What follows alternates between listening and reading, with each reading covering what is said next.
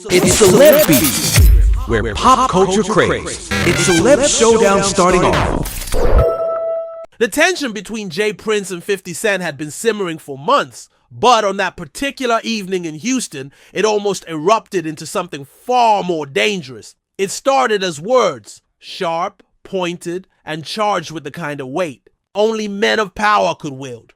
J. Prince had long ruled Houston, his influence embedded in the music industry, the streets, and the very culture of the city. But 50 Cent, never one to bow to authority, was making moves in Texas. And word had spread that he had no intention of acknowledging J. Prince's dominion. They crossed paths at an exclusive nightclub where the air was thick with smoke and the bass rattled glasses on polished tables. 50 Cent, fresh off a sold-out event, was in his corner with his crew, laughing, enjoying the night like he had no concerns.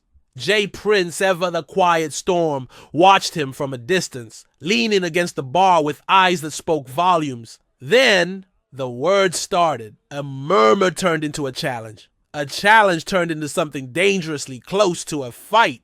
"You act like you run Houston," J. Prince muttered, his tone measured but menacing. Cent smirked. "I don't gotta act, my moves speak for themselves." The tension crackled like live wires. Security, sensing the growing energy, moved in before things could escalate further. They knew what was at stake. Two titans clashing in a city where power meant everything, but that night no punches were thrown, no shots fired. Just a silent war in the making. Not long after, 50 Cent made a move that surprised many. He announced his massive G-Unit Studios project. Not in Houston, but in Shreveport, Louisiana. Officially, he cited strong tax incentives, existing infrastructure, and a welcoming local government as his reasons. But the whispers in the industry told a different story. J. Prince's grip on Houston ran deep, and while 50 Cent had never been one to back down from conflict, business was business.